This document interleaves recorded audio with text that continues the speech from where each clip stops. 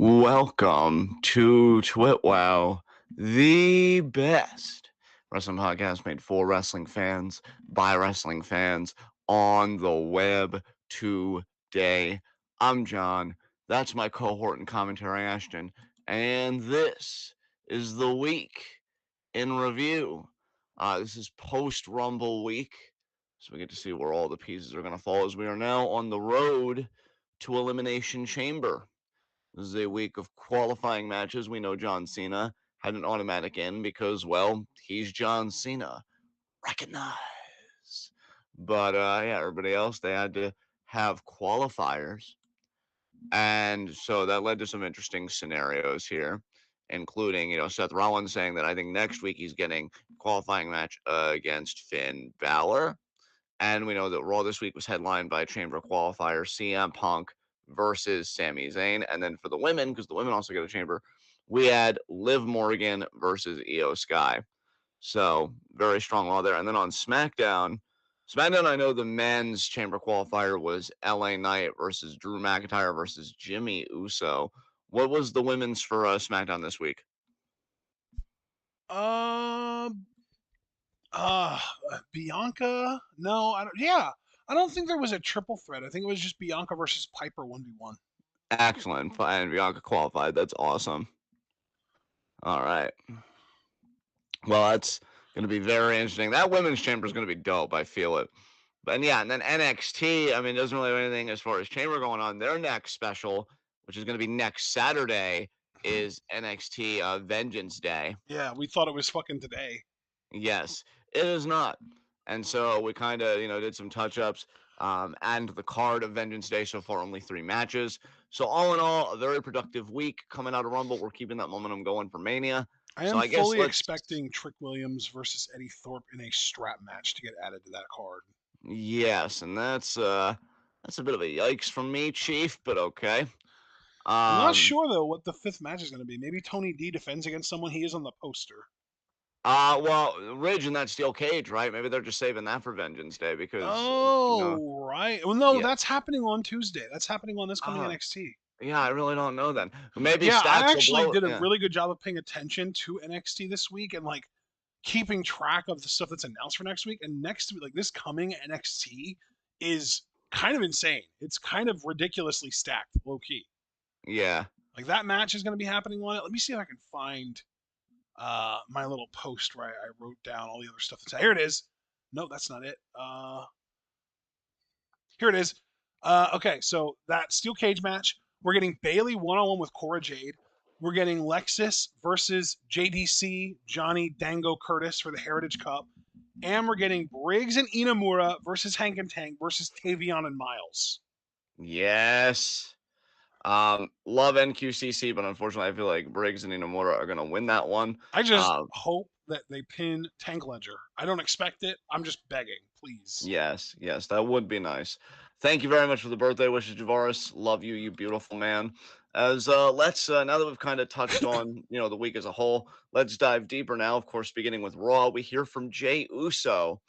Loved this promo from Jey. It really was nothing, right? I mean, no decisions were made, nothing like that. It's just you can tell this moment genuinely meant a lot to him, and that this moment genuinely overwhelmed him. Yeah. The crowd is so like honestly, and I still think the person I'm comparing him to probably was still more over, but this feels like Jeff Hardy energy low key to me. I think people are really behind Jey to win a world title. You're now the That is second person crazy. I've seen compare Jay to Jeff Hardy.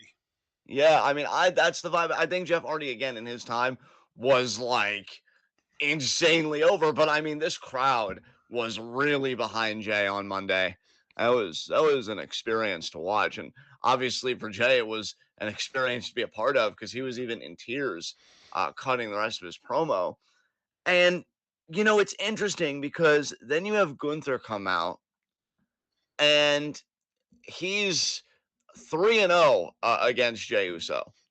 And and that's why he's like, and he said that on, I believe, X still. I'm 3-0 against you. Don't challenge again. And then he replied to that, I guess, after Jey won the Rumble with, I wouldn't. And then he comes out and he cuts this promo about like beating you again at Mania. It doesn't add to my legacy. doesn't do anything for me. Like if it was John Cena, if it was CM Punk, sure, be incredible. But for me, no, I'm not interested. And it almost was like he was posturing like he was like declining Jay's challenge, but like you can't do that, my dude. He won the Rumble. You're gonna face him if he really wants to face you. So yeah, this was interesting from Gunther because I'm wondering if they're like trying to tell a story that he knows Jay can beat him because he just gets a little closer each time, and he's just burying that fear under hubris and arrogance. But yeah, I'm looking forward to how they build Jay towards this because I think he's going to beat Gunther at Mania. So how did you feel about this whole segment, man? Give us your perspective. Yeah, Jay's promo getting him so choked up and emotional and like tears and everything was really incredible to watch. Really moving. Really kind of amazing that they let him go out there and do that. And I don't know if it's more impressive if he's that good of an actor or if it's more impressive that he really did just have that big of feelings and just kind of let them all hang out there. Either way, I think it's kind of amazing, honestly. Yeah, definitely. And then yeah, Gunther is fantastic in this role. Um, I do think that Jay's going to go after him. I think they're just kind of trying to kind of drag it out a little bit and then tease that he might go after Cody. But I think at the end of the day, it's going to be Gunther every time. Yeah, I mean they have got such a great rivalry going. I think Jay finally beating Gunther will get a huge pop. And I want that for him so bad. I think the only interest I have in him choosing Cody obviously doesn't come anywhere from Cody Rhodes, but more Jay maybe feeling like, Roman beat you, so why can't I kind of thing, or where they would take that because they are friends. As Cody mentioned in his promo with Jay on Friday, we're former tag champions. But then he got all serious and he's like, if you're going to choose me, let's make tonight a fun night because that's where the fun ends. And it's like, oh man, serious Cody Rhodes, I'm so scared. Yeah, okay. But yeah, I think Jay is definitely gonna choose Gunther, and I'm excited to see that match again. I did not watch the Saturday Night's main event match. I've been meaning to go back and watch it because I really am like vibing with this feud to the point where it is getting to that feud of the year territory for me, and this Mania build is going to be crucial. Especially if I do see Jay going over, which I currently do, then you'd think Gunther would want a rematch. So yeah, this feud's gonna have a bit more mileage to it still, maybe even beyond Mania. But yeah, that Mania build is going to be critical to watch because these guys are doing great stuff right now. Um, After that, we got Penta versus Ludwig. Not really much to say here. I know you and I are kind of mad on Kaiser. Like I'm still keeping an eye on him, but Penta was clearly the priority here. He wins. I kind of hated the post match though. What did you think? Because with Butch coming out and then Dude, Kaiser anything actually, yeah. involving Butch, I just I'm against anything involving like the fact that we just had this recent round of cuts and like we lost Duke Hudson and we lost even like someone like Isla Dawn I was upset by and like Blair Davenport and stuff and fucking Butch is still here is just unbelievable to me. I also don't like Kaiser recovered from the arm break to hit him with the good arm. So at least like he was selling the arm, right? That's not like play. It's just like I feel like you should be writhing on the ground still. So for you to already be getting up and be like, it doesn't Yeah, and they really, don't really do yeah. that. They don't really treat that though like a full arm break like the Lucha Underground thing. Yeah, yeah. There are a lot of things wrestling doesn't do like Lucha Underground. We know. We do, we do. But yeah, then they were showing photos of JD Mick who gives a fuck, and his broken ribs and all that shit. Punctured Um, lung. yeah. I Oh didn't man. think that would bother you that much. Wow. No, because then I was immediately thinking of following up with "How are you, breathing asshole?" But that would be in poor taste. No, it Um, wouldn't. He's a fucking abuser. Fuck him. I was trying to be subtle, but yes, indeed. Judgment Day talking to Finn Balor. Balor complained about Dominic. I swear, I feel like we're heading towards Finn Balor versus Dominic at Mania. And what? Who are you pushing in that? I just, I just don't understand. Like, you're really gonna have Dominic go over Finn? Like, my guy, you betrayed two people. You might actually get betrayed in this case, so the jury's still kind of out. But you betrayed two people. You lost to both of them, and now if you lose to the guy that you get betrayed by when you should get a power boost, my guy, live in a bathtub. You're washed. Fuck. Oh man, I don't know about this. I love me some Finn, but Yeah, he's really poking that bear of Dom, and Dom's probably gonna think he can lead Judgment Day because he's a little shit, and they're probably gonna side with him. And then Finn's gonna go back to being babyface, but because of fucking Dominic Mysterio, I don't know. I don't know if that's a good ratio going on there. So yeah, complaining about him. Liv said that Dom had to fill in for Finn with JD, or else they wouldn't get the title shot. And Liv also defended that Dominic got Finn his elimination for qualifying match. So Finn was happy about that. Yeah, I'm not happy for how much longer there, Finn, because your opponent is Seth, and I'm thinking Seth is gonna beat you there. Oh God. Listen, I'm gonna do a real solid for our friendship here. The Charlotte promo is next. We can Oh, skip all of this oh, and just I got to tell you, actually, I want to check and make sure that I'm not talking my ass. Yeah, Charlotte's return promo on the Raw after Rumble, my worst promo of the year so far. I yeah, actually have it in my awards as an honorable mention so far. It might win if nothing else beats it. dude, this. I mean, again, I offered to skip over it, but if we're talking about it, what the fuck? Who Dude, is like, I yeah, think the WWE and Charlotte combined are extremely tone deaf about how Charlotte is received in WWE. yes, yes. I I also think mean, that they're yeah, very tone deaf about like the actual tone of her return vignettes because like I think that they saw it as very like, oh my god, she's overcome so much. Have sympathy for her. And it really just came off like, damn, she got hurt and went on a vacation, but she's rich as fuck, so it's okay. yeah. And Man, now yeah. she's deciding that we're worth her time, so she's coming back.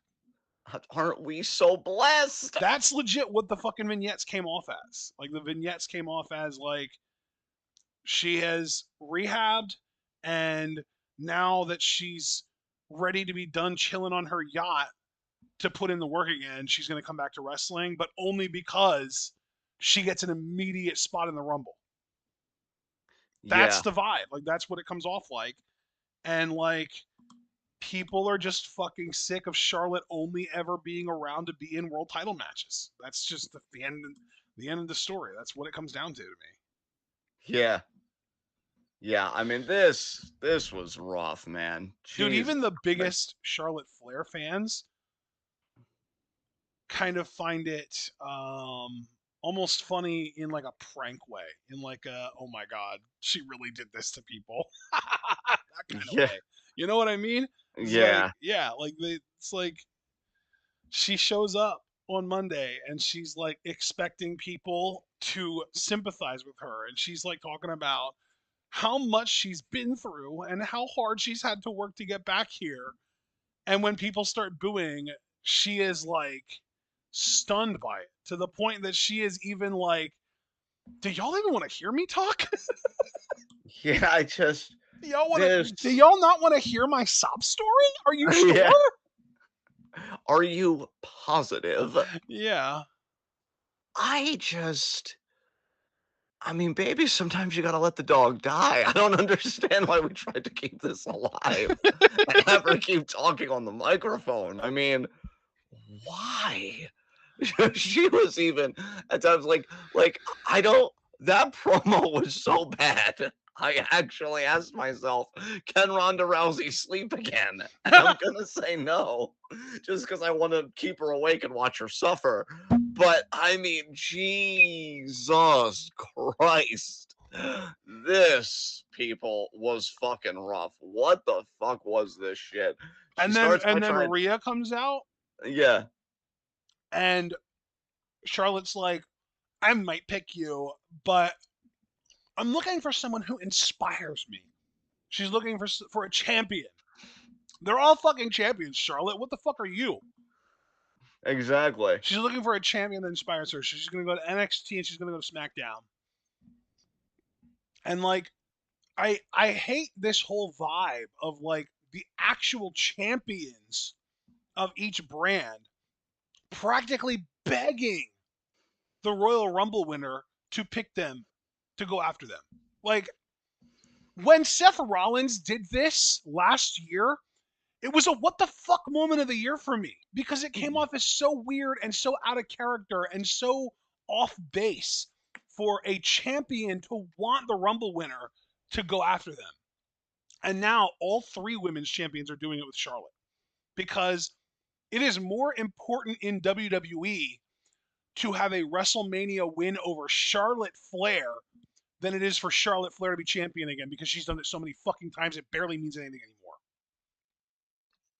Yeah, I mean it's messed up, bro. I don't know how we got here, but I fucking hate it.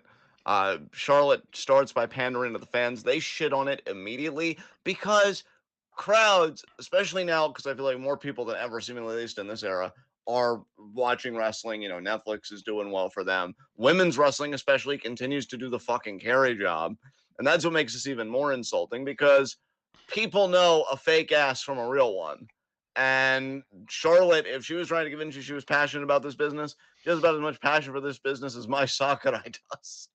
I mean, it's just non-existent to me. I've always said, like, I'll always imagine a Charlotte Flair that got to do volleyball instead and live her best life because I don't know. There will always be a part of me that feels like she's just doing this for the wrong reasons. That's why she hasn't gotten any better. You're telling me you've had all this time off, and if they really wanted to go with the direction of you being a babyface, you really didn't work on it? I mean, my God, like you were right, man. That perception and WWE's perception of how she talks, just chasm, fucking chasm. And Well, yeah, and so that's the she's thing too, yeah, because you mentioned how she talks. Dude, yeah, first words out of her mouth, it's not even what she says anymore, it's how she says it. She is in a perpetual state of talking down to the audience. You can't yes. get away with a babyface doing that. God, and look, fuck him too. And this is not me like trying to, be a fucking stan or whatever, but at least Ric Flair, when he was talking down to people, there was a genuine sense of charisma about it. He Did always he though? projected. Did I Ric mean, Flair I feel ever like really talk down to the audience? I mean, in the sense of like, I guess how a heel should talk down, like, oh, you're poor, See, oh, you're no, I this or think that. you're misunderstanding me though. I'm not saying talk down as in like talk shit to. I Yeah. mean like, okay, she speaks to the audience the way that Karens speak to foreigners. She Yeah, thinks that if yeah. she just says it louder and enunciates more, that we'll understand her more. Like, she's talking to the audience like we're fucking stupid. Yeah. It's rough, man. I don't know why WWE keeps making the decision of put a mic in her hand. I That's mean, what I mean though when I say she's yeah, talking down to us. I don't mean like she's like shitting on us. I mean right, she's like insulting our intelligence. Like she talks in a way that she thinks the audience doesn't understand her. right, right. And it's like we do clearly. We're just not buying what you're selling. Exactly. Yeah, Exactly. Yeah. Like yeah, the way that she like she raises her voice and over enunciates everything. It's like um I guess another good parallel would be like someone who doesn't understand that just speaking louder isn't going to make a deaf person hear you better. yeah, So they just like speak really loudly and move their mouth big so that they think that the person's going to be able to read their lips better. yeah, Like if Charlotte wanted to be like, I won the Royal Rumble, she can't just say I won the Royal Rumble. It's gotta be I won the Royal yeah. Rumble. Like Right, it's right. loud and enunciated to hell, and it comes off like she's talking down to us, the audience. And of course, then because that's just her promo style to everyone, it also then comes off like she's talking down to everyone else. So when you put her in the ring with a baby face, aka Rhea Ripley, it comes off like she's talking down to her too. Yeah, It's yeah. awful. Yeah, I gotta say, this new title reign for Rhea is off to kind of a rough start for me, just Yeah, in the sense of like she wins it and the Undertaker disrespects her and only fist bumps her after he does his little trip around his wheelie cycle and then goes back up the ramp.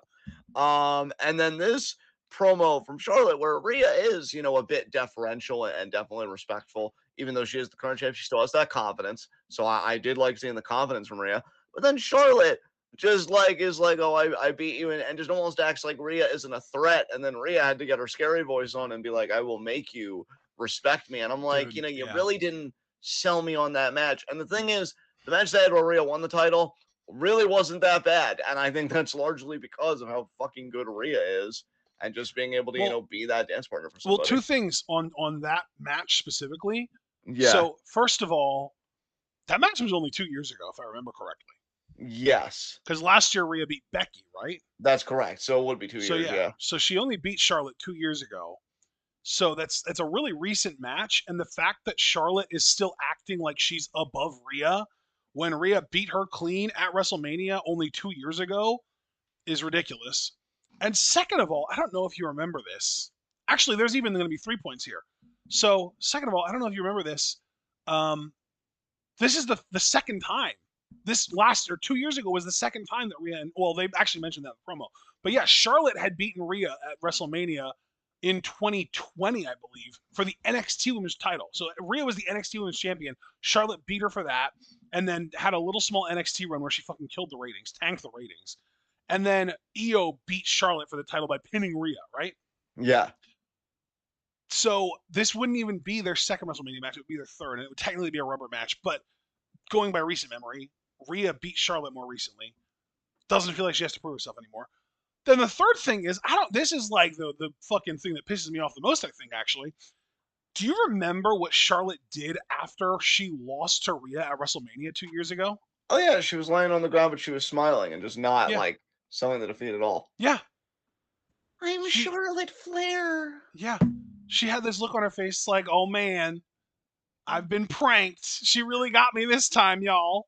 Shucks, guys. I thought I could do it, but dang. Yeah, it's complete and utter garbage. Dude. I said it on Monday, literally while we were watching Raw. I really cannot emphasize enough how much I did not miss Charlotte Flair on my TV. Like Jesus Christ, it's unbelievable that she's been on TV now for less than a week. Because we got to remember she debuted at the Royal Rumble, so that would have been a week ago, and she's been on 3 episodes of TV, and she was the worst part of all 3 shows. Bro, I'm just so glad that it seems like she's gonna pick Tiffany because that's the easiest skip we've ever had. It's true. Holy It's true. shit. Yeah. I so can't wait to not watch You know what it, though? dude. I'm Here's the fucking thing. hyped. I think that they're actually doing the story pretty well. I don't know if you heard what Tiffany said to Charlotte last night on SmackDown, but she wants Charlotte to pick her because when Tiffany beats Charlotte, people can stop calling her the next Charlotte Flair and accept that she is the first ever Tiffany Stratton. I think that's cool. I think Yeah. that's a good promo. I think that's good character motivation. That's way better than Rhea being like, I'm better than you. You got to respect me now. I hate that Yeah. so much. Oh man, that was great. All right. So we'll see what Charlotte does. Who really gives a shit? I don't. I just want Rhea to have a great I mean, match if at she Mania. picks Julia, it's gonna be, we're gonna be a little torn on that. She better fucking not. Okay. What are you doing, Charlotte? All right. Sami Zayn got interviewed by Jackie, and Zayn talked about how he's gonna face CM Punk tonight, and he's like, "Yo, it really sucked that I lost the Royal Rumble, but CM Punk's in front of me tonight. I still got a chance to punch my ticket to WrestleMania." Then he sees Jay out in the corner. He's like, "Wait, I gotta handle something. We'll talk later." He goes over to Jay. Jay's starting to apologize, and Sammy's like, "Are you kidding me, Oos?" And he hugs him because love fucking prospers, baby. This is real friendship right here. And he congratulates Jay, tells him he's so proud of him. And he says, good luck at Mania. Jay wishes Sammy luck in his match tonight. Then Cross showed up because, of course, when we're all just vibing and loving each other and having a good time. Cross, who is yeah. now a lone wolf because the Authors of Pain and Paul Ellering have all been released, and The Miz is on SmackDown now. Jesus Christ. That's that. So wait, those releases happened. Blair got released. Anybody else got released that I should know about? I don't know, honestly. Sonya Deville. Oh wow, so Pure Fusion Collective, I guess, is just dead. Unless they just keep going as a pair, as just Rhea or Shayna and Zoe are going to just be a tag team now, and their name as a tag team is going to be Pure Fusion Collective. Well then, let me tell you something. I will fucking praise that name to God if now that it's two, they do a fusion dance when they're in the ring together. Dude, at the top of the entrance ramp during every entrance. Yes, we saved it. Holy shit. Okay, so Sammy hears Fuck the from Cross. collective. You know what? We can workshop this. Fuck the collective part. They're not a collective anymore. Shayna and Zoe, as a tag team, are known from now on as Pure Fusion. I actually don't hate that. Yeah, yeah, I like it. Oh my God, we did it. We saved We it. saved it. Oh my god. So Zane is just like, Cross, I'm so tired of you. You're so irrelevant. Why are you sucking up my promo time? No, he didn't say that. I would have loved if he did, though. It would have been fucking It would have been based. very out of character for Sammy, but I would have popped super hard. I would have also used that hot mic to be like, free Palestine after, just get all of it in, Sammy, and then tell them go fuck themselves. He just says, like, he really doesn't appreciate Cross trying to turn the screws and everything, making problems. And Cross just trying to needle Sammy a little bit, like, oh, doesn't it hurt when everybody else is living your dream? Projection much? What the fuck have you done since you've gotten here? Simmer down. Fuck. I just need you to know your tone right now is at like an 11 out of 10. I appreciate it. So yeah, I mean, Cross is starting to start shit that he can't finish, and man, stop dicking Sammy around like this, man. He is really one of the best characters going right now. Like the stories that he's a part of, I am just super into, and you're gonna put him with this S tier shitter. I mean, Jesus fucking Christ. Is that what the S stands for, shitter? Yeah, in this case, you bet your sweet ass it does. Holy mother of fuck, this dude just sucks. I mean, god damn. So, after that, we get a new theme song for the New Day. There's no Big E in it. It's trash. It sucks. Not playing this in the club. Am I the only one that just wants to give Big E a hug every week? No. We just talk about that. Like, these people, Kofi and Woods, stay lying on the man's name when he's been like trying to heal, oh, I don't know, a broken fucking neck. He broke his neck. So? Yeah, exactly. And Foster, this isn't about my very complex psychology right now. But no, they stay lying on the man's name, and for what? For nothing. Your theme is Garbo now. Way to trade down to ass. It sucks. It just absolutely sucks. But they still don't suck in the ring because they faced Rey Mysterio and Dragon Lee. Pretty decent matchup, but Kofi and Woods win after trolling Paradise to Rey because Logan Paul interfered. Ew. Oh, fuck. But yeah, that happened. You know what, bud? Let's hear your opinions about things because then after that, What do you we mean? got. My opinion on what? Logan Paul? No. I was gearing you up. I was teeing you up. I was saying there's women's elimination chamber qualifying match. Io Sky versus Liv Morgan. What do you think about this? What do you think about the potential story they might be telling with Io here? What story? She lost. Well, just her kind of confronting Rhea. I'm wondering if Io's going to get her shot at Rhea at Chamber. Like if Rhea's going to defend her title. I'm assuming that's the case, and I'm a little bit concerned that they're going to turn Io heel. I mean, I would be. So I can't tell you, that's crazy. I mean, who knows? I really thought you might consider trying to be reassuring, and then you just completely went the opposite direction. I mean, look, I sincerely apologize for that. It's just the logic does bear out, and I can't argue against that. Now, I would hope that WWE would see how over Io is getting as a babyface, how much more freeing her wrestling is, and thus just of a higher quality, and not turn her heel. But they may be like, oh, but for the story, though. And then I'm going to be like, well, it's out of our hands. But I thought this was a pretty fun back and forth match. I actually liked the finish here. Normally, I don't really care for those types of DQs and everything. In this case, I think it works because I don't know if you're fully ready to transition Liv out of the title picture. And Io, she's still on the margins of it. I do think she's going to get a championship match at Chamber. After that, I don't know what she does. And that's another reason I worry about heel because I feel like they don't really have any heat with Pure Fusion. Well, formerly Collective, but now Pure Fusion. And they might just scrap that altogether with Sonya Deville's release. So I don't know what Io does after that, unless she wants to start shit with Lyra for the women's intercontinental title. But again, I just feel like Which that's below again, Io. where the fuck is Becky Lynch? Yeah, Becky.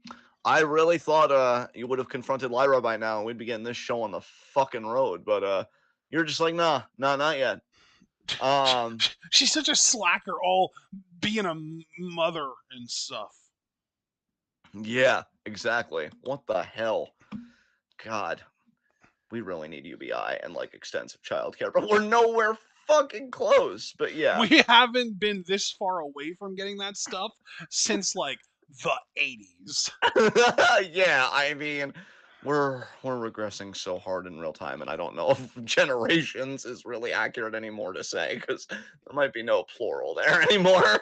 This might just be the last generation with the way these people are working. But it's still enough time for Liv to get to the mountaintop because she does best Io via disqualification.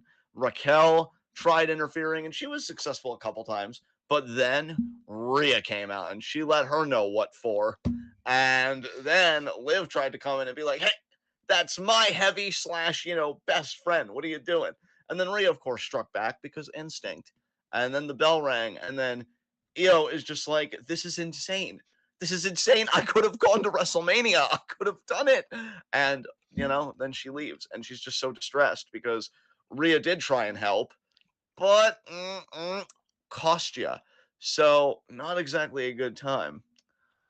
After that, we got Seth freaking Rollins with like his, I don't know, Van Helsing getup. I don't know what he was going for here. Bro, this appearance, this look, this attire was fucking wild. Yes. I don't know if he was attending a funeral or going to some kind of concert, or maybe the concert was at the funeral. I don't know what's happening. He looked like Billy Ray Cyrus about to attend a funeral. Yeah, Jesus Christ. Attending Hannah Montana's funeral. Miley, if you kill her off, then we can get away with it scot-free. No one will ever have to know. Oh, God. So Seth Rollins has a lot of opinions he'd like to share with us. Seth, so much for frickin' Seth Old Town Road Rollins over here. Yeah. Oh, man. And yeah, so he has a lot of opinions that he wants to share with us. And, Rollins, surprisingly, actually does congratulate Jey Uso. I was amazed. Because I'm like, man, you just seem to hate that whole fucking family. So I was really, really impressed by Seth having the emotional maturity to congratulate Jey Uso. And then, he also talked about, I don't know, a little small thing, beating the fucking shit out of Roman Reigns.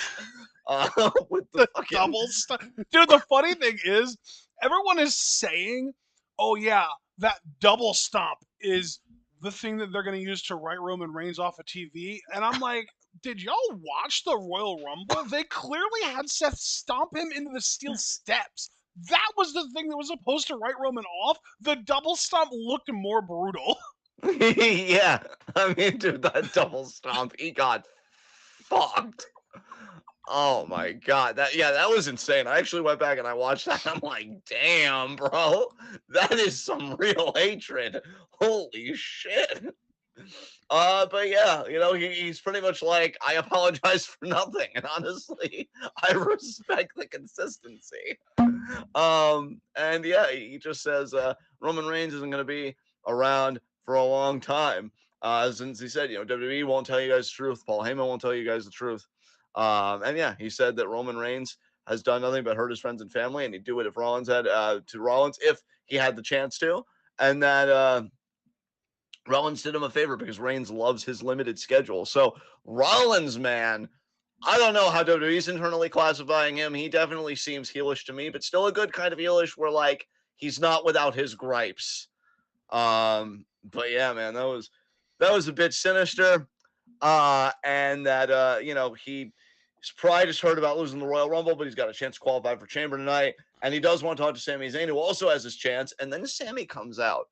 And then what we witnessed, folks, on God, was like Seth Rollins architecting his fucking ass off. Dude. When you talk about gassing a man up, my dude. Jesus Christ. Yeah, He's literally out here like, Sammy, my guy, my man, you king. You really want to fucking beat CM Punk? I swear to God, if you don't beat CM Punk, I'm gonna be so fucking. I might destroy you real fucking then. You see what I yeah, fucking like, did to Roman Reigns on Saturday? Yeah, yeah. Beat CM Punk, or you might get a fucking taste. yeah, really. You're better than CM Punk, and I know you hate CM Punk too. To which Sammy does not say no. Interestingly, it's like, oh no, let him cook. He's, it's not wrong. Um, and yeah, he's just putting that fucking brainworm in there. Beat CM Punk, do my bidding. I do not want to face him in a chamber because he knows Punk beat him on Netflix Raw. The Netflix debut on Raw. So to me, it also comes off as Seth just not wanting to face CM Punk again because he is carrying the trauma of that loss, and there is a bit of doubt there. So tries to use Sammy as a weapon, and what results is our main event match. Now, here's the funny thing about this: Punk is definitely slow. Sammy had to slow down for him to do quite a few of the spots because I know Sammy's faster than I was moving in that match. But even in spite of that, I think Sammy's such a good babyface, and he's so fucking good at selling. And Punk, I guess, is decent enough about that. Although I don't know if it's selling or if it's a shoot because he just gets blown the fuck up and he's old. But yeah, I enjoyed this for what it was. I thought a lot of the sequences were well done. Honestly, I'd say it was one of CM Punk's best Raw matches since coming back to the company. I enjoyed this more than him versus Seth at the Netflix premiere. Um, Great false finishes. I love the false finish with Sammy catching the GTS into a cradle and getting a 2 count there. I especially loved, and I will give credit to both guys for this, that Sammy at one point was going for a haluva kick, and at the last second, Paul moved out the way. Like, I really thought it was going to be a successful follow-through haluva kick. Punk saw it coming out. That was well done. Yeah, in the end, Punk does win with a GTS. I don't like that he continues to, like, talk down to Sammy. Like, there was even a point where he got the knee in the corner, and he says to Sammy, you see that? That's for me, not for you. You're not on my level. And then, like, he goes on to win the match, right? So it just, I don't know. It's rough. Sammy continues to be in this weird space where it seems like they're telling the story about him becoming a main eventer and winning a world title. But on the other hand, it's like, man, they just keep having him lose. Like, he still hasn't You beaten know, Drew. I almost have to Yeah. wonder if they're trying to Daniel Bryan him. Like they're trying to just not bury him, but like bury him a Jace. Like not quite bury him to the point that they make him look like a jobber, but bury him in the sense that like they make it abundantly clear that they have no intention of ever making him a world champion and like just try really fucking hard to get him to the place in like 2013 that Daniel Bryan was, where Yeah. people were just foaming at the fucking mouth, like, how fucking dare you try and push all these other guys over him, and to the point that they even tried to get the fucking Big Show to leech off of the Yes chance, and they didn't even put Bryan in the fucking Rumble and like all this other shit, to the point that like Bryan got so undeniably over that it basically made WWE, it forced their hand. It gave them no fucking choice but to give him that WrestleMania spot at Mania 30. I'm wondering if they're trying to build that grassroots level support up for Sammy by having him lose to so many upper mid card or like main event level guys, like having him lose to Gunther, having him lose to Drew, having him lose to Punk, and having them talk their shit the whole way. I'm wondering if they see it as like they're trying to get him that like base level of like fan support to see if they can have it like kind of cross over that threshold into like undeniable status before they actually give him the main event push. Yeah. And yeah, I don't know if that's going to work for them. I mean, Sammy is very likable. I think people, naturally do want to cheer for him. I just think you should let it happen naturally. And then, I'm just curious where the story with Sammy is going to go. Yeah. I'm even wondering if he'll be like in a big world title match at SummerSlam, because I think he'll be beyond everything he's doing by that point for sure. You would hope. Yeah, it's going to be Sami Zayn's 2025 is going to be very interesting. So he had a solid match with Punk, and then after the match, Punk tried to shake his hand, which irked the shit out of me because again, it's like you were insulting the guy. Sammy does though; he's a good sport, no turning, no anything like that. And then Kevin Owens attacks him. That being Sammy attacks him in such a way that it knocks Punk out of the ring. And yeah, Kevin gets the package pile driver on Sammy.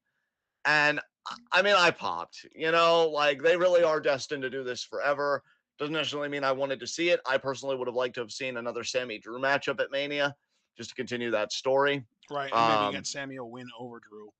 Yeah, it's just like the first big step to I'm ready for the main event, but doesn't seem like they're going that way. I'd say we'll see what happens, but it seems pretty fucking cut and dry to me after Sammy got the pile driver what they want him to do.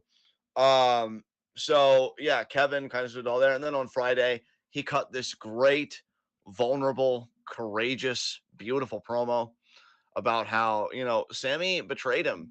Sammy betrayed him, and that betrayal cut deep. I mean, he watched as Cody Rhodes tried to end his career, and in fact, I think he was trying to end my. And Kevin is so shook up that he can't even finish the thought that Cody did try and end his life. Yep. Unbelievable, just absolutely reprehensible conduct from our quote unquote WWE champion. Okay. So yeah, it's just really, really sad for Kevin. It's like you think your best friend and your brother's going to be there, and I don't know. It just kind of turns out that he's a piece of shit. So he gets the fucking pile driver. Oh, let me help you up, Roman. Okay, where was my help when I got Alabama slammed through a fucking ladder? You douche. What the hell? So I mean, it's yeah, not like Sammy wasn't there. Sammy was right there. yeah, he watched it happen. That's almost like worse to me though. Is like Sammy was there and he was there to like help pick Kevin up and like pick up the pieces, but like Sammy could have prevented pieces from needing to be picked up in the first place, and he didn't. Yeah, yeah. Ugh. Um. So with all of that, that does conclude Raw, and so Oh my now I god, guess we're we move on. still just finishing Raw. We've been here for 40 minutes. Fuck. Dude, holy shit. Well, hopefully NXT will go by a bit quicker. JC Jane lost to Stephanie Vicaire. This is merely to build up momentum between her and Fallon. Fuck that Lexis King promo. The only good thing was Johnny Dango Curtis, JDC, returned. He's going to do a Heritage Cup match next week, which, by the way, Lexis King has changed the rules. This is now another, like, one fall to the finish kind of championship. Again, that's really all I want to say about that. Stacks lost to Ridge. That feud's continuing. They're going to be doing a steel cage match for the title next week. Ridge and Zori Tony D, that is, yeah. against Tony D. Yes, correct. And the only other thing I will note, Tony was talking to Izzy, so Izzy's still kind of in there. And when him and Ridge were talking about their cage match, Tony did say, "I don't need my family to beat you," and the look on Stax's face was like, "Wait, what?" So I keep telling y'all this man is gonna get Joe Pesci'd, and when You he have been saying this for almost a year now, bro. but it's happening. I mean, look at it. He was sizing him up. He's like, I wonder if I just get him in the back of the head right here, bada boom, and it's over. I mean, Stacks doesn't have the stacks to pull a move like that off. wow. Listen. I don't know about that. I think Stack is really starting to warm up to the idea. I wouldn't disrespect the family like that. Maybe I should be the Don. And then it all goes to shit, man. Yeah, and Telling then he you, Tony tries needs to something with watch himself. Tony, and then Tony hits him with one fucking spine buster, and Stacks is fucking Shane McMahon wheezing, trying to catch his fucking breath on the ground. And then Tony leans down and he's like, "Never again will your mother's sauce cling to her pasta." And then he leaves. Holy fucking shit. Yeah, gang war is about to happen. And thank God it's in the NXT parking lot because that is the only area able to handle all the crazy.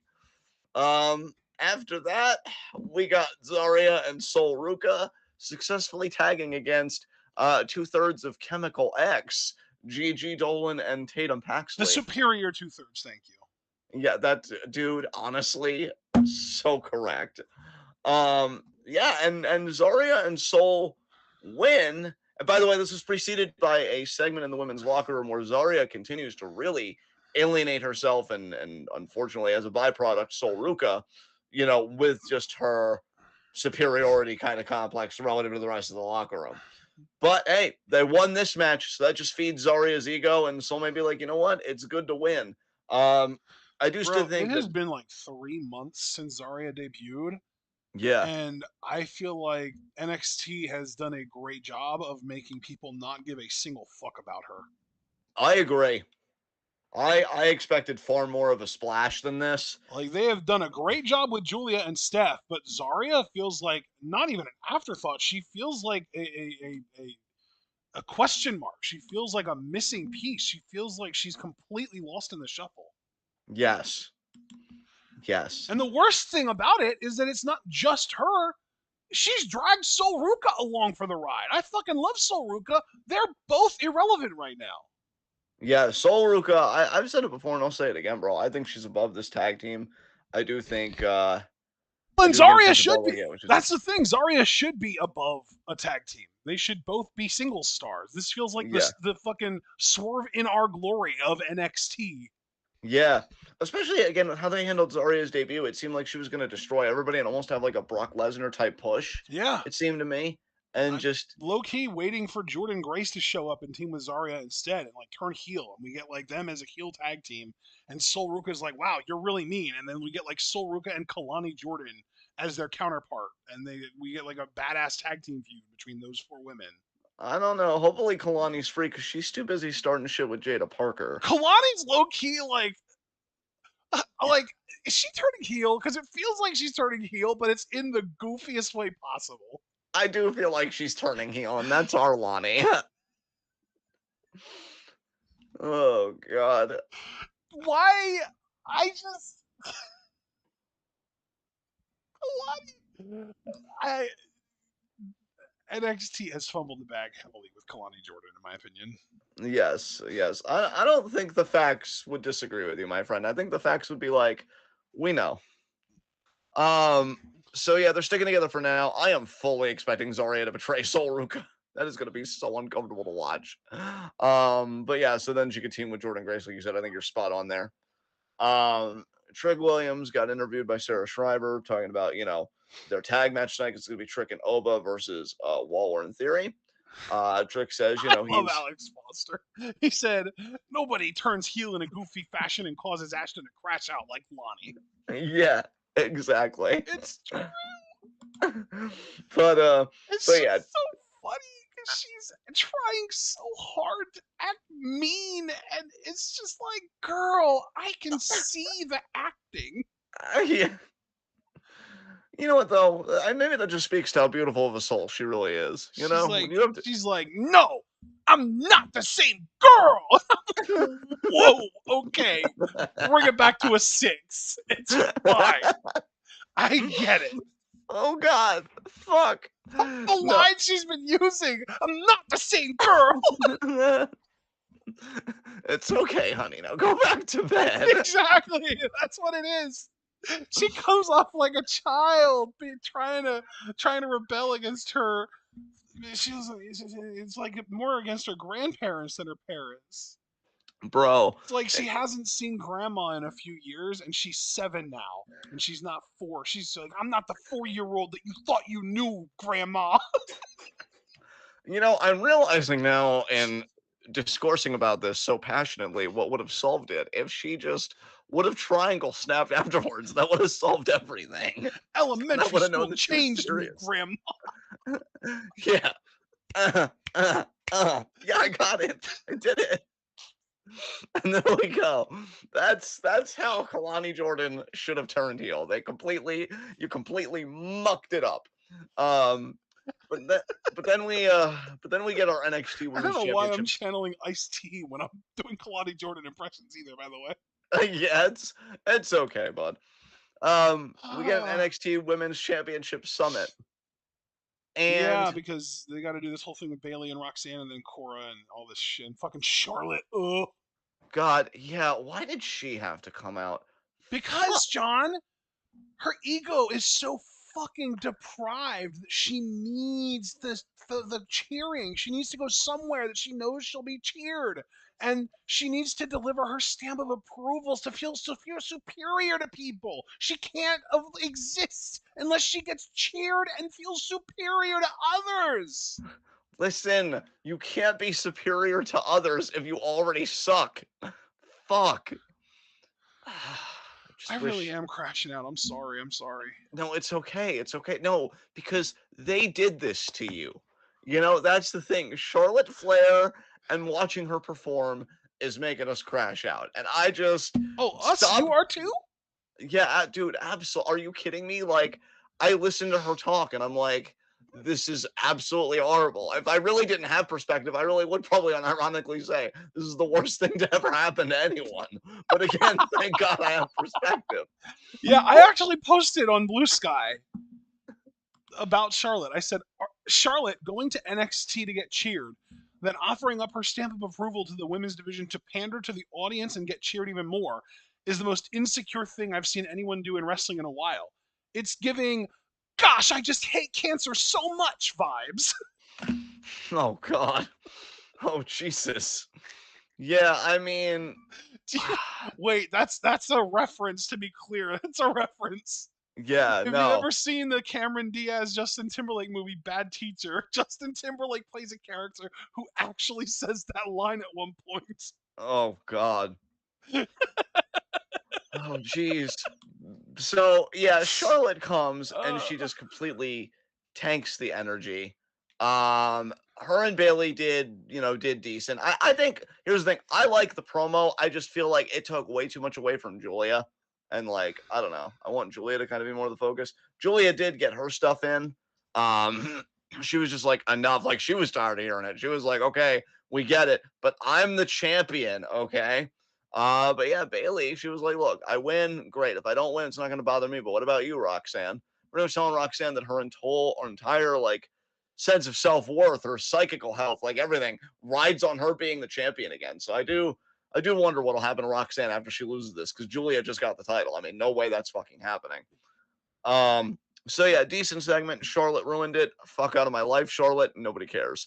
Um, yeah, Cora Jade then came out, and by the way, her and Roxanne are over because Roxanne said, "Look, she's got no friends or mentors," and Cora heard that, and she's like, "Okay," and she's like, "We're done. Get your stuff out of my place." But she comes out, she lays waste to everybody with, I think, like a bat, and so yeah, I got a little brawl there, and then that was that. After this, we go backstage with Ethan Page and Javon Evans. Oh, we know Cedric Alexander, again, is also done with the company, seemingly. So no more of Cedric in this story, unfortunately. But yeah, it seems like we're setting up for a match at Vengeance Day. Page and Javon Evans, which, God, if Ethan Page didn't suck so much, I'd be excited to see this because Javon's freaking awesome. I just can't wait for him to be in the main event scene again. All right. After that, Kalani Jordan versus Carmen Petrovic with Ashanti the Adonis, the toxic codependency of NXT. And yeah, like I said, Kalani tried interfering in this match. Or excuse me, Jada tried interfering in this match because it was Kalani facing Petrovic. And Kalani wins after 2 split-legged moonsaults and a crossface chicken wing, which she made the submission look good, to her credit. So I actually like that she used that. But then the bell rang, and then she kept it on because nobody breaks the rules like Lonnie. And the referee reversed the decision. Carmen wins. So Carmen low-key kind of sneaking up there. I wonder if she's going to maybe challenge for the Women's North American Championship soon. Which, I mean, good luck, because I expect the champion at that point to be Vaquer. But yeah, interesting. I don't know. How do you feel about this program for both women? Because I think it's cool for Kalani, but I just can't believe that they're still keeping Jada out of title pictures. So what do you think? yeah, it's baffling, honestly. Both what you already said, that they are just insistent on Jada being like a mid carder and maybe even like a lower mid card, like arguably. And also just whatever the fuck they're doing with Kalani. I'm sorry, I just can't. Yeah. You know what? You know what Kalani right now kind of reminds me of? What's that? I want to make Jesus tap out Kurt Angle. Yes. Except like she wasn't anywhere close to as beloved as Kurt prior to that. Yeah. So it doesn't come off like someone just trying to desperately do anything to get people to hate him so that they'll cheer for the guy he's feuding with. Because that was at a time that Kurt was feuding with John Cena and they really wanted him to get Cena over as a face. So they had him turn heel and say all this egregious stuff. Yeah. But Kalani just comes off like she's doing this egregious stuff and saying this egregious stuff without all of the other stuff that Kurt had going for him to back him up. It's weird. Yeah. And that's where Kalani is, and now she's wrestling to the point where she is too aggressive, and yeah, so Carmen gets the dub. Jada feels a bit happy with herself. Although, yeah, I don't really know how this is going to go, what story they're going to want to tell. I would hope that whoever wins this, though, goes on to face Vicaire, because again, that's what I'm assuming is going to win at Vengeance Day. Oh, Or the you're Women's just gonna. I Division. mean, we aren't actually doing a proper preview predictions for Vengeance Day, so you're just gonna clock that in right now that Yeah, you do think that Stephanie's gonna beat Fallon at Vengeance Day. yeah, I'm clocking it in for sure. Gotcha. Yeah, so after that, we get Briggs and Inamura. Again, this set up the tag match for next week. Yeah. Tank versus NQCC, Miles and Tavion. God, I wish Miles and Tavion would win that. I'm still pissed they're not our tag team champions, but that's just my wound to bear. And then Waller and Theory were interviewed. I didn't watch this because, to be honest, I do not give a fuck about Grayson Waller and Austin Theory. When Grayson Waller goes singles, Dude, maybe I'll be a bit interested the again. fact that Waller and Theory are Oba's next challengers for the fucking world title is absurd for sure. Yeah. It's one of those things where it's very obvious and blatantly clear that it's a filler defense for him to be like, I beat two main roster former tag team champions in the same fucking match. Like, I get it, you're bolstering his title reign, but why them? Why those guys? Yeah. Nobody asked for this, Sean. Fuck. Yeah, nobody did, man. Nobody did. It could have cost you $0 to not do this. That's what I'm saying. Not doing Austin Theory and Grayson Waller in NXT at all would have been free. It Yeah, would have actually saved you money because then you wouldn't have had to pay for their expenses to travel. exactly. Fuck. Damn. And so yeah, then we do this tag match. Who's another former? You know what? You could have kept Gallows and Anderson around for another few weeks, just long enough to have a triple threat with Oba and put him over. And you know what? I feel like those guys are just as fucking credible as Theory and Waller. And Gallows is bigger than anyone else involved other than Oba.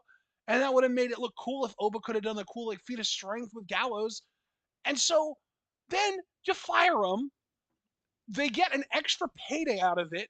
You don't have to pay Theory and Waller's travel to go to NXT for the week or for however many weeks they've been showing up. Everyone fucking wins, including the NXT fans, for not having to see Waller in Theory. Exactly. That would have been so much better. And here's the thing. I'm not even saying that because I like Gallows and Anderson. I'm not saying that it would have been better because it would have been good. I'm just saying it would have been better because it would have been less shit. Yeah. And then Trick unfortunately gets pinned in this tag match because Thorpe hits him in the back with a leather strap, and the ref never saw it. Then a Waller hits a flatliner and pins Trick. So that's great.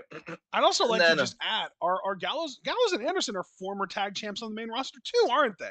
That is correct. Yes. Yeah. So you could have even said the same thing if Oba. God damn it! Why don't they fucking hire me to book? Fuck. Yeah. Yeah. I would do it for half the price that they're paying their current bookers. Absolutely, dude. Because neither of those matches, Trick versus Thorpe in a strap match, that doesn't appeal to me at all. And this triple threat, I think, is a complete waste of Oba's time and talent. I would be curious to know who, if anyone, Trick Williams versus Eddie Thorpe in a strap match appeals to. Yeah. I need to know who is like seeing this and seeing this Eddie Thorpe arc in general and being like, oh yeah, that's the fucking good stuff right there. I don't know. I wish I knew. Let yourself be known. Comment. Post in chat. If you're listening to this and you dig this shit, let us know. Please. I am desperate to find a singular, solitary soul who actually likes this shit. Yes. Yeah, because you ain't going to find it in me, folks. You ain't going to find it in me. And that is NXT, so we can move on to SmackDown. We already touched on Jay and Cody and all that stuff. It ended up in a tag match, them versus Jacob Fatu and I believe Tama Tonga from the Bloodline. Yep. And they lost. And then Solo returned after. and he Samoan spiked Cody Rhodes. So that's just kind of the bookend of the whole show. We Yep. talked about Bianca beating Piper to qualify. We got a DIY promo, and yeah, let's Oh see yeah, here. that is something that we didn't talk about in NXT. At the very end of NXT, we got that like TV off air thing that said Vengeance Day, but then afterwards we did get to see like some sort of like vignettes, like not vignettes, some silhouettes of some potential debuting talents that might be debuting in a new faction that's coming. Oh, nice. Did you not catch that? I did not catch that. No, that's interesting. Let me see if I can find the video of it and I'll ping you in the Discord so you can see. Oh, there it is. Boom. I actually didn't even need to scroll that far. Can you send it to me on Facebook? I'm not signed in a Discord at present. Well, not really because it's an X link, so you wouldn't be able to see it anyway. So Oh, right. if you go Let on me, Discord, you can see the embedded version at least. yeah, I can do that. Let me sign in real quick. But yeah, man. I mean, a new faction. Look, I love a good faction if it's booked right. Yeah. So we'll just have to see what they do. And And Alex in the Discord said that he has a friend who thinks that the four members of this are going to be Saquon Sugars, Cutler James, Keanu Carver, and potentially even Dion Lennox. ooh, well, Dion Lennox, I like. Have him lead the damn thing. And dude, Strength Saquon in numbers. Sugars is really exciting because that is a former DPW guy, and we've seen DPW guys show up in NXT and kill it. That's what Javon Evans is. Javon Evans is a former DPW guy, and Cliff actually posted a picture of Saquon Sugars, and that dude is fucking shredded. I can send this to you on Facebook. So there's that. That's Saquon Sugars. Yeah. And then the other two guys, Keanu Carver is big motherfucker, like tank, built like a tank. I think we've actually seen him on NXT before, but it's been a while. So Keanu Carver's listed at 6'2", 290. Damn. Yeah. And then Cutler James, I am the least familiar with. I don't know anything about him. All right, well, let's hope these four men make it count. I mean, that's pretty fucking cool. So yeah, I mean that is properly rounding out NXT. Yes. And so yeah, we can get to SmackDown. Like I said, there was already a bunch of stuff we did talk about, so we could just skip over that. Yeah. After that, oh my god, yeah, I just really looked up close to that picture of Saquon Sugars. We talked about DIY. Their whole segment ends up in a match against Pretty Deadly. And Pretty Deadly actually get the win. Again, I did not see SmackDown this week, but apparently, yeah, Elton Prince grabbed the ropes, and yeah, I think he pinned Ciampa. Yeah, he pinned Ciampa to win. So really cool for Pretty Deadly to actually get the win. I was hoping these guys would get in the tag title. I didn't think it would be like this. Then Jimmy, Drew, and LA Knight have a segment, and then of course that leads to their qualifying triple threat, which Drew wins, pinning LA Knight. Oh my god. This was amazing. He really thought he was gonna do something with that BFT, and then he just got kicked right in the back of the fucking head. So I am very, very happy for Drew. And even happier for me. Yeah, he did get the BFT. He got the brain foot trauma. Yes. Oh my god, you're a part of it. Yeah, no, it's amazing that we're not gonna have to deal with LA Knight on Chamber. His road to WrestleMania is just done as far as the main event goes. Gonna have to find something else to do, you fucking shitter. So yeah, proud of Drew. Also proud of Drew for extinguishing the hopes and dreams of my number one op in WWE, Jimmy Uso. Hate you so much, Jimmy. Glad you failed.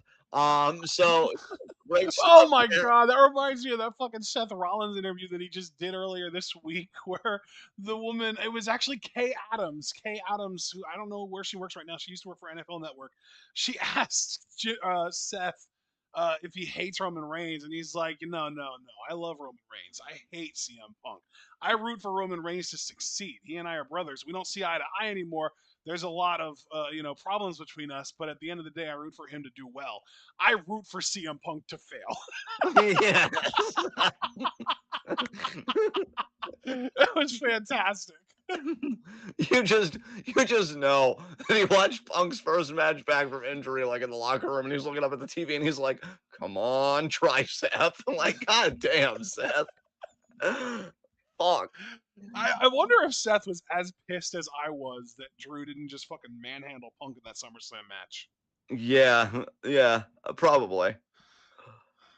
Yeah, we get, let's see, a little bit of other stuff here too. We get Akira Tozawa versus Carmelo Hayes because again, after the whole triple threat, we got KO's promo, which I already talked about. This is fantastic.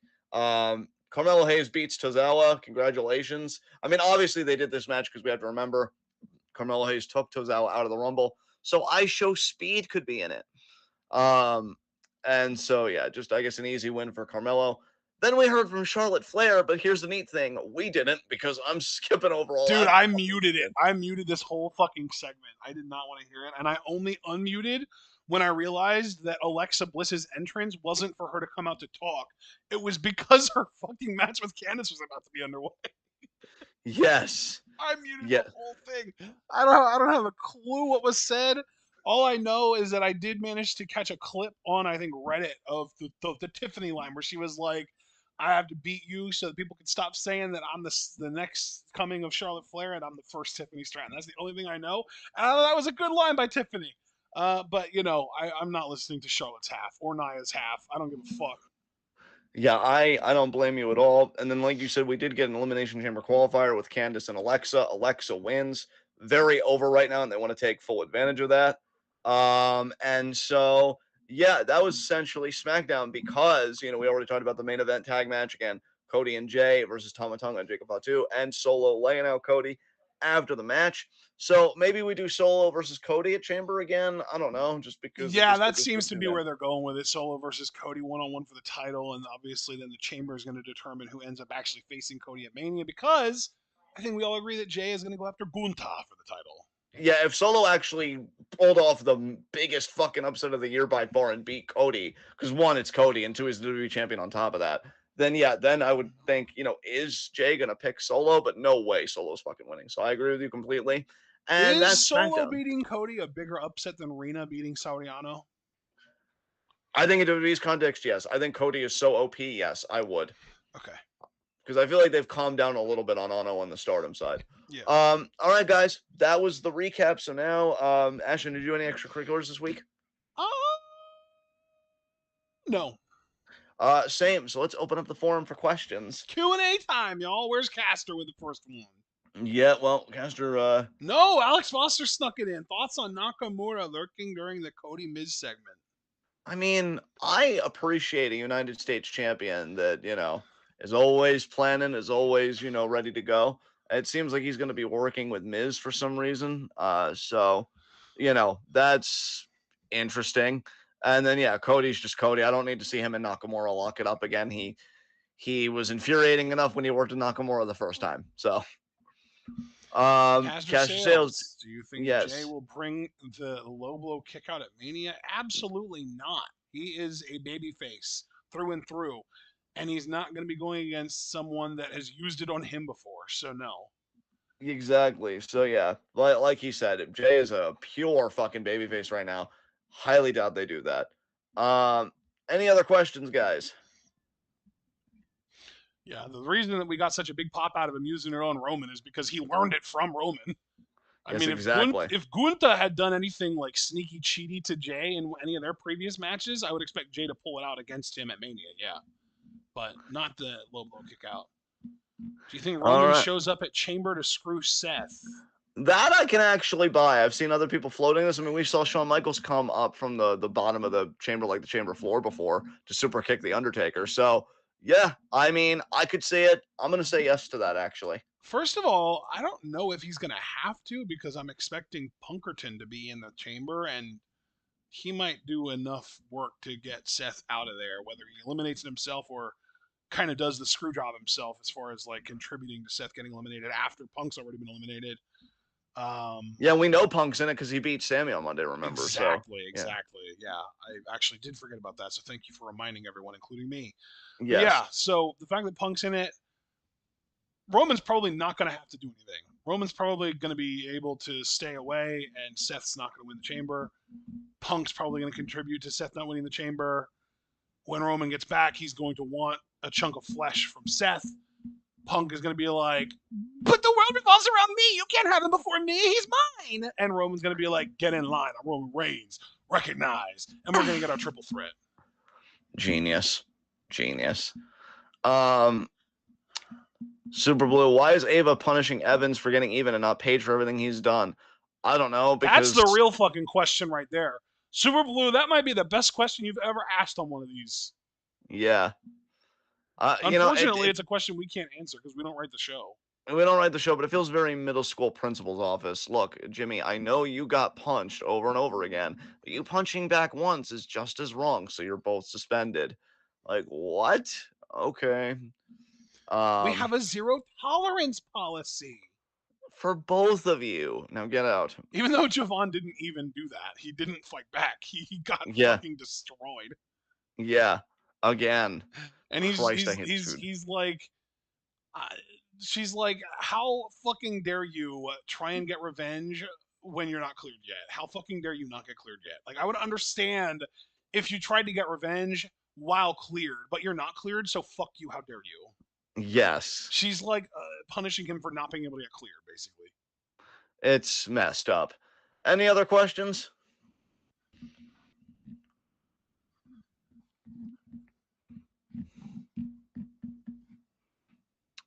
Going once. Oh. How do you feel about Duke and all the other releases? You know what, Javaris? You might be onto something there. I'm going to have to pay more attention to that. Javaris said the Ava character is anti-black. Low key, you know what? I don't necessarily think that it's like an intentional, like, oh, we're going to write Ava to be anti-black. I think it's more just the system is anti-black, and so someone who represents the system is going to come off as anti-black because the system is anti-black. Yes. So we'll just roll with that. Super Blue, how do you feel about Duke and all the releases this week? I think Duke and Blair Davenport in particular suck. I think those. When you say they suck, you're not saying they suck as performers. You say them getting. Yeah, I wanted to immediately clarify. I mean, their releases suck. They definitely stung the most. Not really gonna miss Gallows and Anderson. Giovanni Vinci, not gonna miss either. And yeah, and fucking Isla Dawn gone. That did surprise me a little bit. Cedric definitely surprised me a little bit. Yeah, Cedric also sucked. By the way, I should add him to the list. Yeah, those three definitely disappointed me the most. Sonya, I don't think wrestling is meant to be like her thing. For me. She's got a future in entertainment, but not in this form of entertainment. Yeah. I know a lot of people were praising her acting back on the old SmackDown days when she was like co-GM with I don't even remember who. Yeah. Was it Adam Pearce at first? Was it Pearce? It might have been Pearce at first. It might have been, yeah. But yeah, that was like I feel like that was when she had the most fanfare. So like maybe she should do more of a role like that. Yeah. I feel like if anyone out of these releases is going to get just immediately snatched up by AEW, it's Sonya. Yeah, I would agree. She feels like another Ty Mello. Like she has a niche fan base. She's perceived as being at a certain level. I think that AEW is going to snag her up and give her a chance. Yeah, we'll see. I'm surprised they haven't gotten. Well, maybe she just isn't interested. I was going to say, just because Sonya makes me think of Mandy Rose. I was going to say I'm surprised AEW hasn't tried to like bring her in and use her and give her a platform. But I'm wondering if maybe they have, and she's just like, no, I'm good. I don't need to put my body through hell to make money. I'm on OnlyFans now, I'm making a lot more. Yeah, and plus, like, if I am gonna put my body through hell again, it's gonna be on a TV show that people actually watch. Thanks. So, ooh, I wasn't gonna go there. Ooh. I'm glad I did. So yeah, releases were definitely disappointing. Those particular caster sales. Who do you think is teaching Gable about Lucha Libre?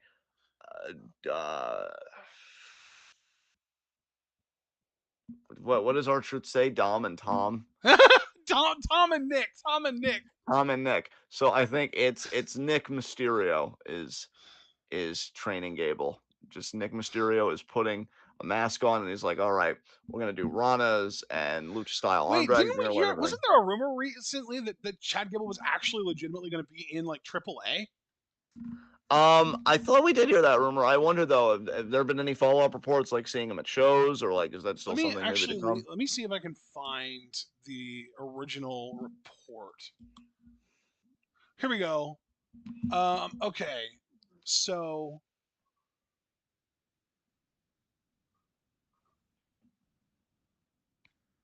okay, so it was just speculation. It wasn't a report. All right. All right. Because there was an X account called Pro Wrestling Finesse, and they said Chad Gable said on Raw that he's going on a quest to conquer the dark arts of lucha libre, and they said it looks like he's going to AAA, but they didn't post a source. They didn't really post anything substantial to imply that they were a credible source. They just said it. Um, so I'm not buying it. It's why I'll believe it when I see it, and at this point I don't believe it. So I don't want to spread misinformation, I should say. Of So course. yeah, no, there's no reason for us to believe that he's actually going to do that. So yeah, it wouldn't surprise me if you were right and it was a Dominic thing. Why do people think Cedric? This is from Javaris. Why do people think Cedric is going to AEW after the way they treated his wife? That's not a guarantee, Javaris. I think Ash and I we were kind of pressed on that, like, because I immediately said, "Oh, the friendship probably will," and then Ashton did remind me about Big Swole, and then I'm like, "Oh, so I'm definitely considering Javaris. I know Ashton is because he was the one that reminded me in the first place. So we'll see what happens, but Yeah, it's interesting. I think another one that might not necessarily just go straight to AEW is Blair Davenport, because she's been in AEW already. And from what I understand, she and Osprey are not on good terms. So she might be like, fuck all of this. I'm going back to Japan. And I'm pretty sure she even tweeted number one Gaijin, like within the last 24 hours. oh yeah, that makes me more hype for Monty Gold, honestly, because I think there's a better chance she goes to Monty Gold than Stardom. Oh, here it is. It was at 9:50 a.m. today, or I guess it would be yesterday technically because it's after midnight. But it was on the 8th, on your birthday. She said Top Gaijin, Yes, and yes. she renamed herself on X to be Priestley again. So I'm wondering if it will be Marigold or if it will be Stardom. Stardom, the We Are Stardom English Twitter account posted today. Many foreigners have joined Stardom, going on to make an impact worldwide. B, Tony, Tekla, and the anointed foreign ace Mariah May. Who's your top Gaikokujin? And so that's like they're mentioning B out of seemingly nowhere, which like there's no such thing as coincidences in wrestling. So I'm wondering if they've been in touch already. Yeah. So that kind of makes me think maybe she will go to Stardom, but I'm just wondering if like her connections to Utami and Rossi will lead her to Marigold instead. I really don't know, but I do think based on her tweet and just based on the fact that we know that she's been in AEW before and probably doesn't have a great relationship with Osprey, who's like their fucking dude, she might just go straight to Japan and say fuck everything in the US. Yes. I hope she does. I think her and Monty Gold would be fantastic. I'd be absolutely down for that. And then yeah, Cedric is another one that like I know his boys are in AEW because he's tight with MVP and Shelton and Lashley, the Hurt Syndicate. But like, how would his wife feel about going back to a company that was pretty fucking explicitly racist towards her? Yes. Yeah.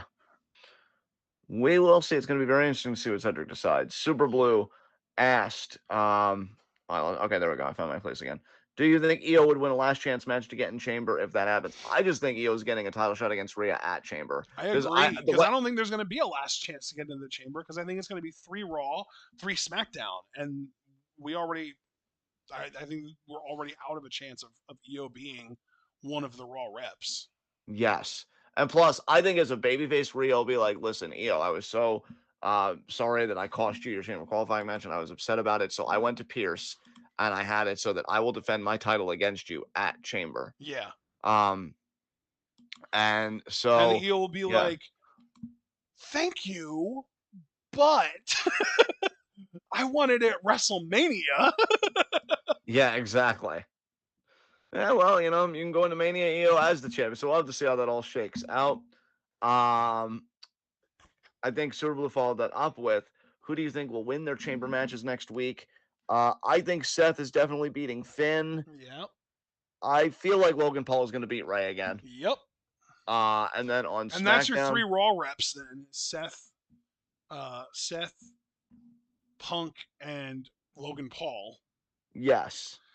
And then for SmackDown, we might as well just count Cena as a SmackDown rep because realistically, they're not going to have. Well, I mean, yeah, they almost have to because it's going to be 2 people from SmackDown plus Cena. Yeah. Has anyone from SmackDown in the men's side qualified? Drew. So it's going to be Drew. Drew Yeah. and probably Priest, realistically, and then Cena. Yeah. Because we're getting Jacob Fatu versus Braun Strowman versus Damian Priest for a qualifying match next week. Yes. I didn't know if you knew that or not. I did actually remember reading that in the recap that I pulled up. Yeah. And Yeah. so So yeah, I hope Jacob wins, but I just Oh, feel you like hope Jacob wins. I'm expecting Priest to win because he kind of already is like the groundwork. I feel like has been laid for him to feud with Drew going into Mania.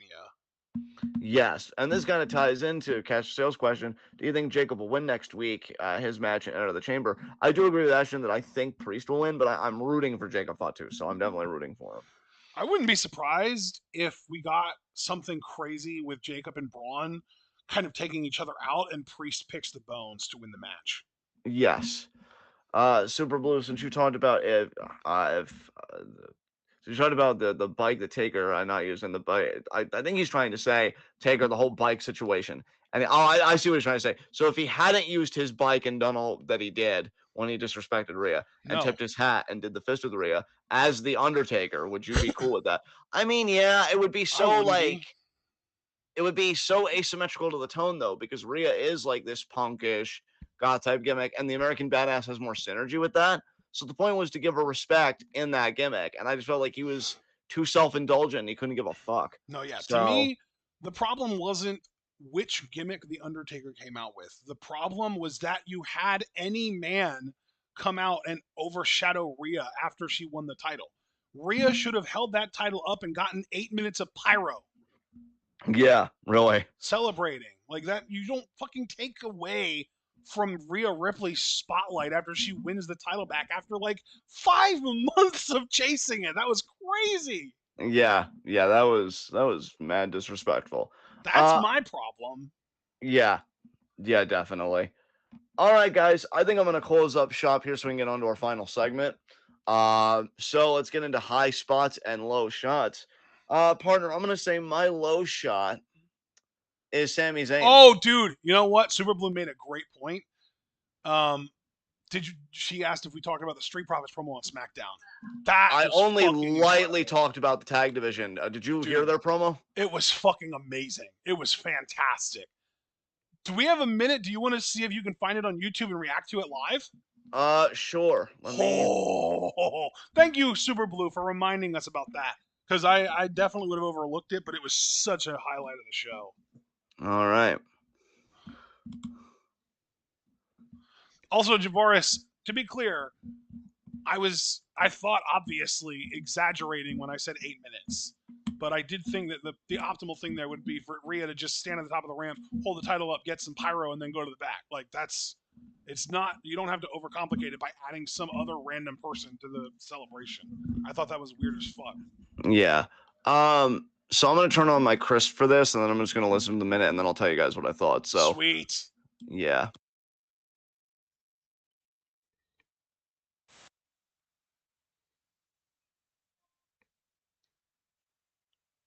Bookings for sure. We're showing the recap of the title win. Yep.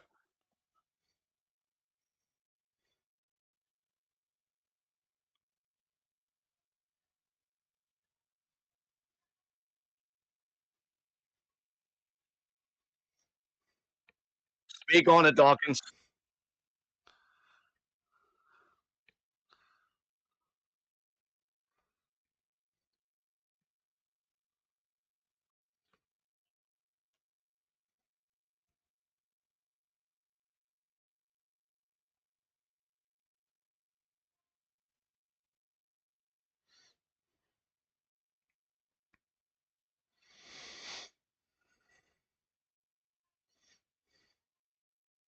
Let them know for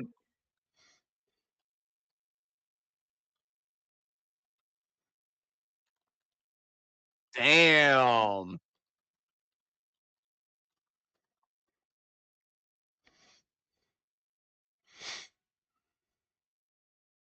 Oh, shit. This violence will be televised.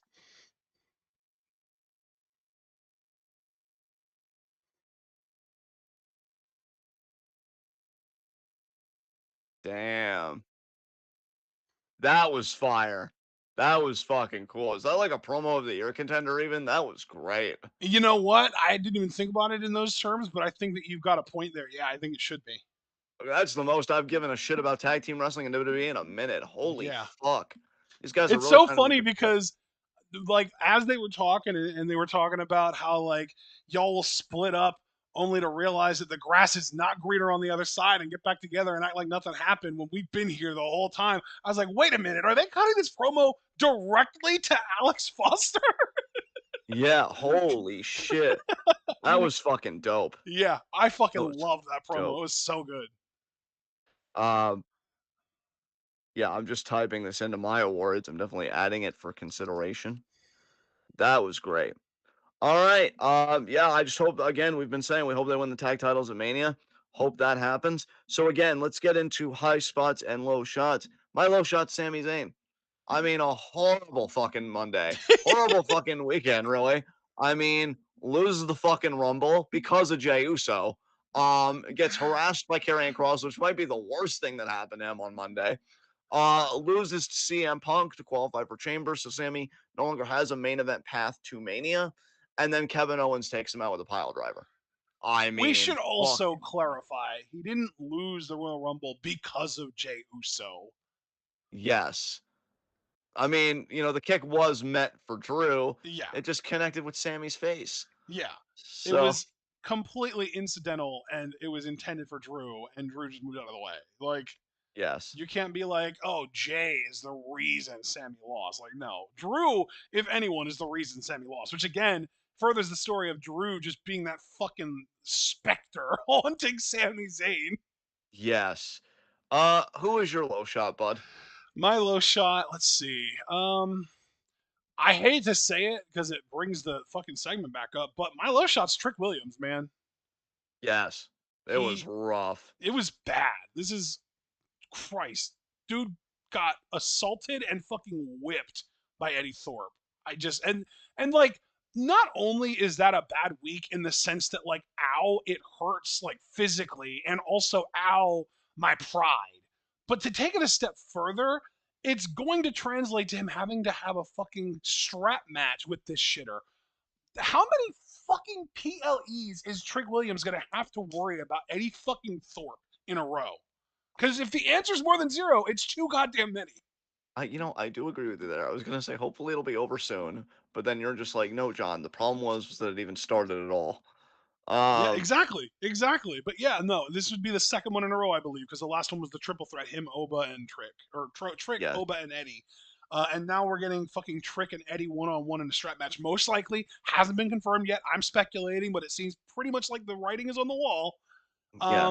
And it's just unbelievable to me, and it's gross too, because like, oh god, oppressed people being pitted against each other. Fuck. I hate it here immensely. Um, and so yeah, as far as my high spot, I'm gonna give it to Drew McIntyre. He did just That's great. absolutely stunningly beautiful math. One Claymore for two shitters. And yeah, thankfully Drew qualified for Chamber, but I think more important and keeping perspective, LA Knight is not going to the main event of WrestleMania. And maybe even more importantly than that for me personally, Jimmy Uso's dream continues to be a failure. And I really think that's fucking neat. And so thank you, Drew McIntyre, for being a Jimmy Uso hater, mood king. Way to fucking kill it. Hope you win the chamber. No, you won't, but rooting for you anyway. Thanks again. Who's your high spot? Before I give my high spot, I really want to just retroactively hand out a few honorary low shots.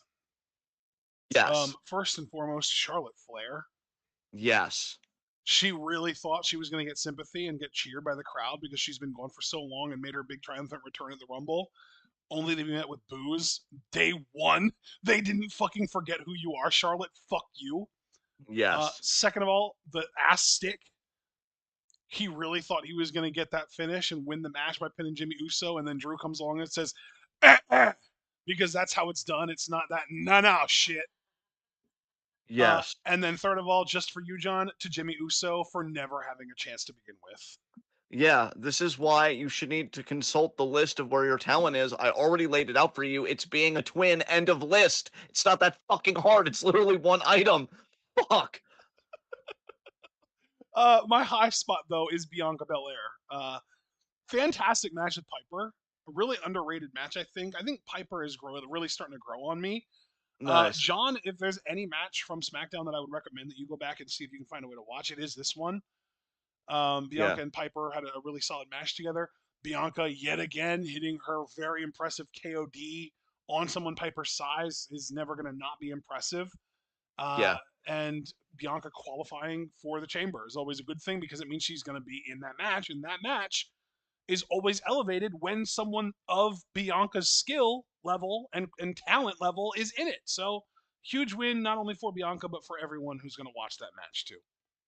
Absolutely. All right, guys. Thank you so much for joining us for this weekend review.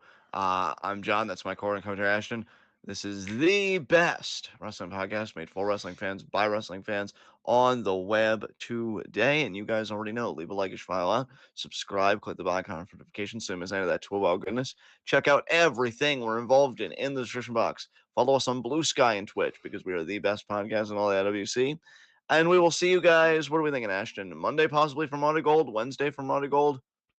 Because I That's know a we'll be great back. question. I don't even know what their schedule looks like. Why don't I pull it up and find out? So they've just had a show uh, on Friday morning. No, Okay. no, Thursday morning. Okay. Um,